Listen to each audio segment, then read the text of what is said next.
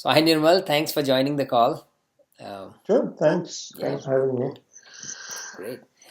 So, Nirmal, you know, this Scrum Master research that I'm doing, um, you have such a depth and breadth of experience in agile consulting and coaching. Let's start with where have you seen the best Scrum Masters come from? What were they before they became like Scrum Masters? Were they project managers? Were they business analysts? QA? What have you found there is some certain areas where they come from? hmm So I have not been able to observe a certain pattern, frankly. I Okay. mean, it's very hard to say where do they really come from. I think Scrum Masters that have been successful have been the ones who've kind of been passionate about the whole agile way of thinking in general. So, and that is quite agnostic of the role that they have played in the past.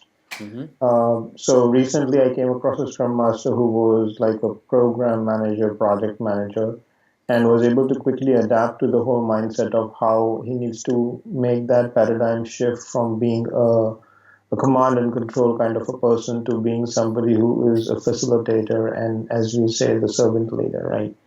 Um, in my recent engagement, I've also had business analysts take Mm-hmm. up that role, Mm-hmm. but that was not something that wasn't really a choice that they made. Okay. It was more about like, okay, now we're going to start doing Scrum and Agile, and where do these people go? Because Scrum and Agile is, they don't really talk about the BSA role, so can they be Scrum Masters? Well, sure, let's train them and let's see how well they do.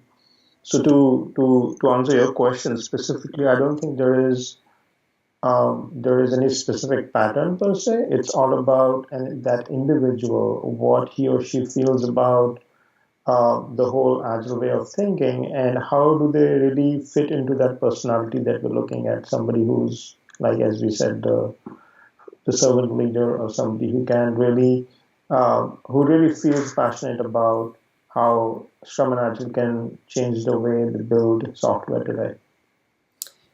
Yeah, that's true. And in my research that at least until now that I have conducted, no clear pattern has emerged in that hmm sense.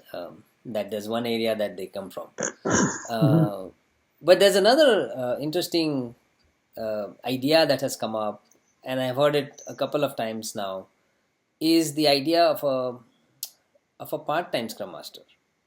Um, that the Scrum Master is probably spread across two or three teams. Is not fully dedicated to one team, or even sometimes the Scrum Master is part of the team in the sense they maybe do some analysis work, they do some development work. Have you come across those situations? Yep, there's always um, these situations that keep popping up. I am still of a strong opinion that a Scrum Master role is a very dedicated role. Hmm. What is interesting is when you meet Scrum Masters and you kind of have a basic conversation about what's your take about your role. The unfortunate part is that they don't even know what that role means, right? In the sense that what I'm looking for when I'm having, let's say I'm having a conversation with you and you're the Scrum Master, when I ask you that question, what is a Scrum Master role? I really don't expect you to tell me what you do in your job today because that might not necessarily be the ideal way Hmm. of leveraging the rule. But what I'm looking for is what does Scrum tells you, right? And Scrum as a framework very clearly articulates in the Scrum guide that when you're Scrum Master, you have three very distinct responsibilities, right? You have a responsibility towards the team, towards the product owner, and towards the organization, right? And if somebody comes in and says, you know what, I'm a Scrum Master and I really don't have much to contribute, I don't think you're trying enough Hmm. because there's always room for improvement. So, talking about partial, I've also had leaders in many organizations tell me that hey, this role seems like it's a 15 minutes job every day, Hmm. and you know what they're referring to at that Right. point. Yeah. So there are definitely patterns there which tell me that people aren't really getting a good hang of what this role is all about. And it could partially be because what they are observing these Scrum Masters accomplish, right? If there's a Scrum Master who's consistently challenging the team and helping the team improve and get better every single day, I don't think anybody would question that role. It's just because the people in that role aren't really, pushing the boundaries, so to speak, for the teams and making sure that they are able to show, improvements on a day-to-day basis. Now, you also mentioned about how a Scrum Master could or should be a Scrum Master for multiple teams. This has come up many times in like the trainings or consulting that I do. And my short answer to that is I would love to see a Scrum Master working with a team, but at a certain point, it depends upon the maturity of the team, right? When we talk about an organization and how a Scrum Master works towards making an agile organization overall, one way of achieving that is okay, I work with one team. Now the team has matured. They're showing the right behaviors and the mindset. Now I can maybe start working with another team. And by doing that, you are now looking towards your organizational agility because now you are able to not only constrain yourself in working with a team, but now you're going out and working with other team. And in some cases, if not another team, you're working with, let's say, some companies have like a center of excellence, agile center of excellence, or you're the somebody who's going like, okay, let's establish a Scrum Masters community of practice. So I'm able to bring people together and help Scrum Masters learn from each other's experience. So we are not repeating the same mistakes over and over again, right? So there are things that Scrum Masters can do.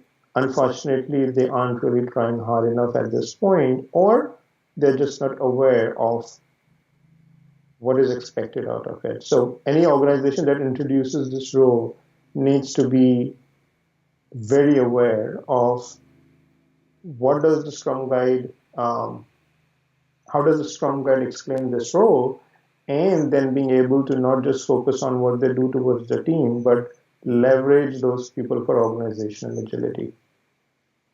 When you talk about going beyond the team, organizational level, product owner is kind of, is part of the team. But organizational level, there are, right now at the client that we are in, they are starting up a community of practice. But many times the reach or say the influence of the Scrum Master is limited to beyond their team. There's maybe a layer of middle management, there's higher management, and sometimes the Scrum Master it feels limited in that sense.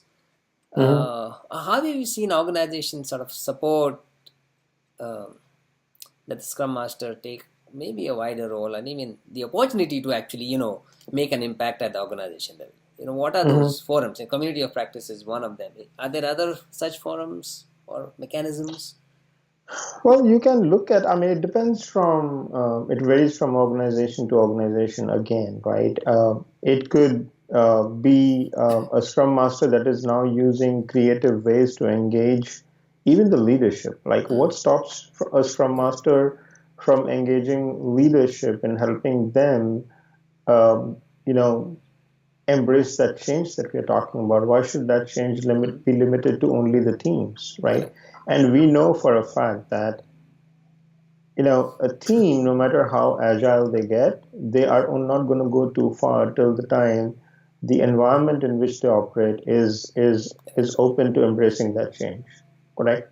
So having said that, so when I talk about myself and how I approach coaching, when I go into an organization and let's say I've been given this specific team or a specific part of the organization to coach, before I go to the team, my first step is always to talk to the leaders and get a sense of how open are they in embracing change? How open are they in looking things differently? How open are they in uh, passing the responsibility and the ownership to the team, right? So if I if I kind of feel that there is strong resistance to those kind of behavioral aspects, I would literally say no, that you guys are not ready for it, Mm.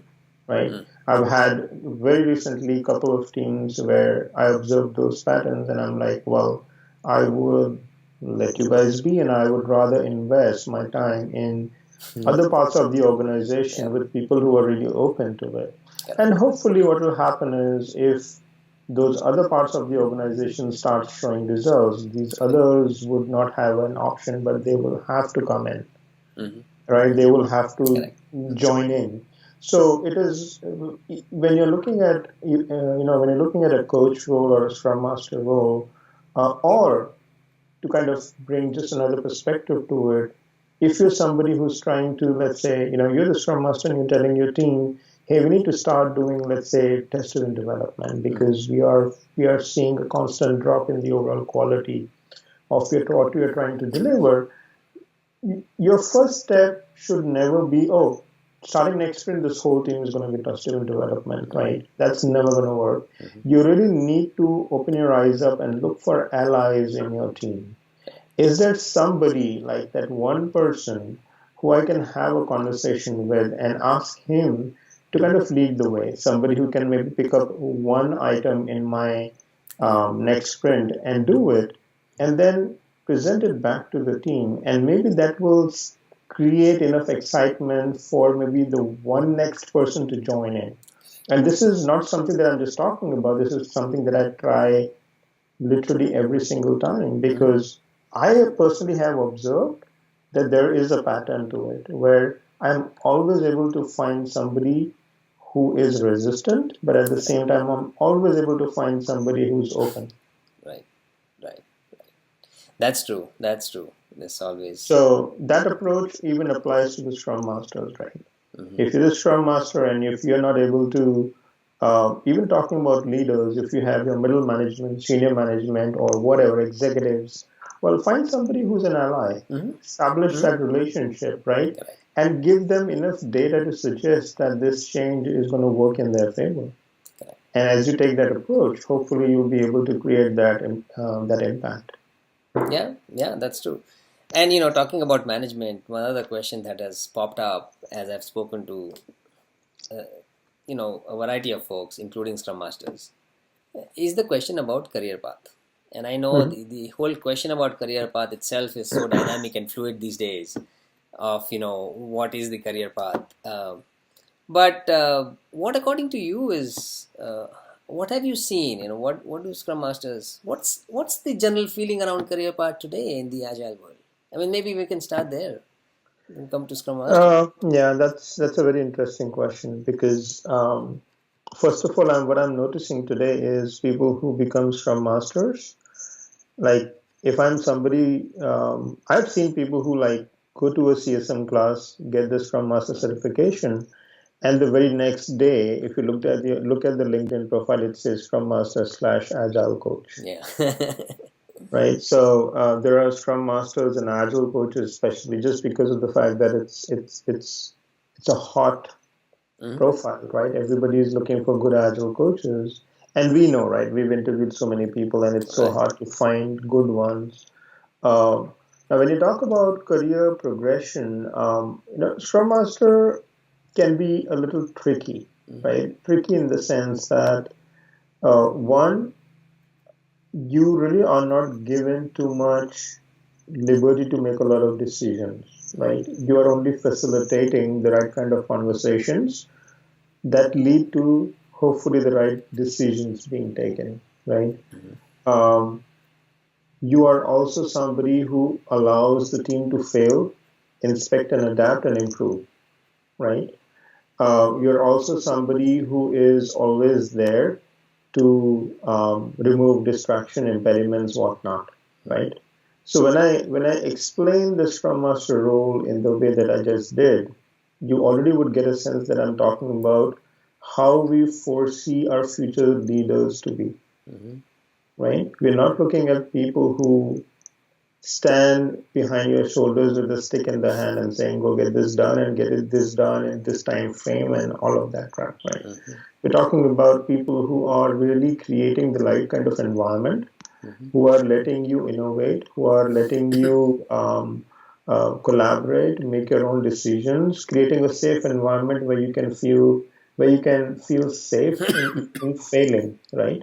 So if you look at this whole definition, not a definition, but how this role can really be articulated in terms of what they do on a day-to-day basis, it's pretty much trying to explain what a future leader would look like. So for me, in the absence of a logical, like a step-by-step career path growth, I look at Scrum Masters being people who can potentially be, coaches, sure, if they have the right kind of aptitude and the attitude.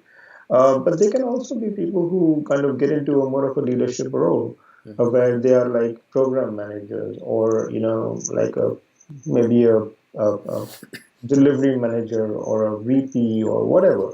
I've also seen, interestingly, I've had a couple of cases where I've seen Scrum Masters become great product owners, right? Just because as they started to engage more with the product owners and get a sense of what they go through, and coach, they over a period of time develop this interest in the whole product owner role, Right. Which I would say is not a bad choice either, right?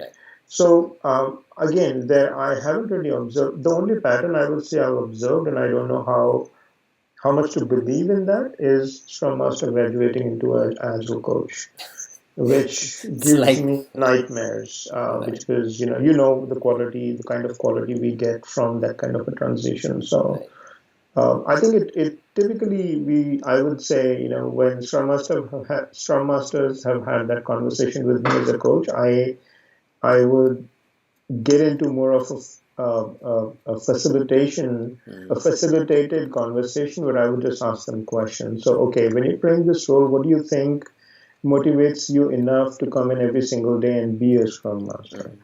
Right? What are some of the other areas that pull you, attract you, saying, oh, I should probably be also doing some product management. I could probably be doing some people management. Like, what are some of those things that you really are feeling passionate about? And just ask them the right kind of questions to help them kind of make a decision. Again, as I said, as a coach, I generally don't give solutions to anything. Day-to-day problems, career progression, nothing. The only thing we do is coming from a proactive perspective and even from the whole mindset of coaching perspective, just ask them the right kind of question so that they get this opportunity to understand themselves better, get a sense of the personality that they are, and the kind of areas that they are interested in, so that they can probably make a decision.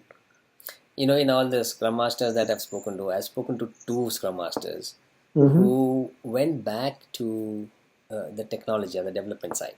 One was in Australia and one was, both of them said, we became Scrum Masters because we felt that was a, good job.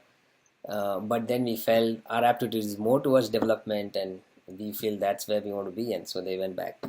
And which is great. At least, the realization happened. And they went back, and there's nothing wrong with that. So that's cool. Great, good conversation. Is there anything that we haven't spoken about, Nirmal, that you would like to mention about the Scrum Master role? One area that I can't name the organization so there's a big company in Dallas right now that they have been into the transformation for years, and I think they're doing really, really well. I heard, and it's an accurate information because it's coming from the circles and people who are working for that organization, that the role at this point is the conversation is going to an extent where companies have started to question the need for this role. Yeah. Right. no matter how effective they are. And I think and I don't really blame those organizations because the fact of the matter is that the role itself is not completely understood. Mm. Uh, Sometimes it's not understood from the person playing that role. Sometimes in terms of how the leadership would force that individual to perform certain other roles Mm-hmm. along with being a scrum master. In some cases, those are like roles that have some serious conflict of interest, right? Um, so those some of those conversations have already started happening. People have started questioning the need for this role. Um, to which point, I I'm kind of thinking. I don't really have a opinion or answer to that. I'm really looking for how do we really go about fixing this, right? How do we go about what's the right approach to for the Agile community to come forward and address this either a misconception or kind of get into the root of the problem and saying like what's causing some of these thoughts to emerge at this point. And then if we see a specific pattern, a data point, how do we really go and address that?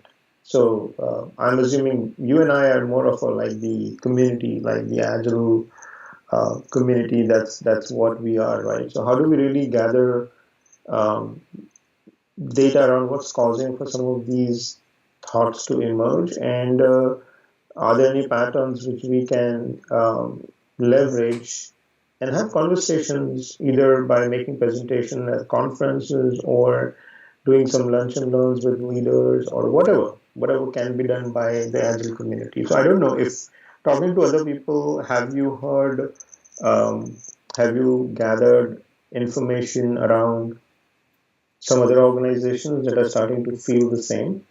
I have, in the survey, there is some question around that. And in speaking specifically to this, there had been a couple of folks who said their point of view was that Scrum and Agile is becoming so well known and well understood in some sense. Mm-hmm. As more and more people get better at it, it's going to be more universal in some sense. And because of that, the need for the Scrum Master would probably diminish over time as more and more people get into that habit. If you think about if the team members themselves are in a good mindset, they are mature enough. Uh, can't they really facilitate themselves? Is sort of what some people are saying. Yeah, and I think we are probably about 100 years away from getting there, right? Yeah. So, hoping, expecting for all of the team members to get to that level of maturity, that way of thinking, we are very far away from that. And I think the part of the problem, according to me, is, and I have no bias towards these organizations like Scrum.org or Scrum Alliance, right? Mhm. When I look at recently, I've had a couple of trainers who are part of my LinkedIn network, and they tend to post pictures of this group of Scrum Masters that they I have know, I've recently seen that. trained. And I look at like 100 people, I 75 know, I people, know. and I'm like, what are you guys doing? I mean, you are not helping the community by any means. You're just in that process of making hay while the sun is shining, Yeah. and you're just creating more noise because the problem is next day everybody's going to become a scrum master Yeah. on their LinkedIn profile, Yeah. right? Now when companies are hiring, unfortunately not many companies are even aware of what this role does, and now they're going to end up hiring these people who just come with the certification but no practical experience.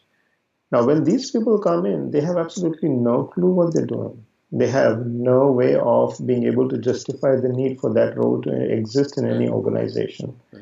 And unfortunately, those are the kind of anti patterns that we need to figure out. And that's where these organizations, Scrum Alliance, Scrum.org, SAFE, you name it, right? They need to become more cognizant of the quality. Correct. What are we really giving to the community? It's not about us making more money. What are we really giving back to the industry? Mhm. I'm sure the the manifesto and the values were not created to allow people to make more money. Maybe it was, but that was by way of that was by way of delivering high quality products, Yeah. right? By creating an environment where innovation is a big part of what you do all day, Yeah. right? Yeah. So I think those things, even the these organizations really have to look deep inside and kind of retrospect on how are they kind of, I would say, criminal in encouraging these behaviors, and what do they need to do to somehow penalize people, get away from there. I mean, laying down some standards like, okay, when you're doing a certification to ensure that everybody gets equal attention, we do not allow more than 20, Right. Right. right? Right. So how do they come up with certain standards? Because I teach classes, every time it goes beyond, for me, 15. I don't think I'm able to do justice. I'm not able to give the right kind of attention to every individual in the room. That's true. That's true. That could be my limitation, but 100, I don't think anybody can do it. That's true. Great conversation, Nirmal. Thank you so much for taking the Cool. time to No talk to problem. me and talking about Scrum Masters. Sure.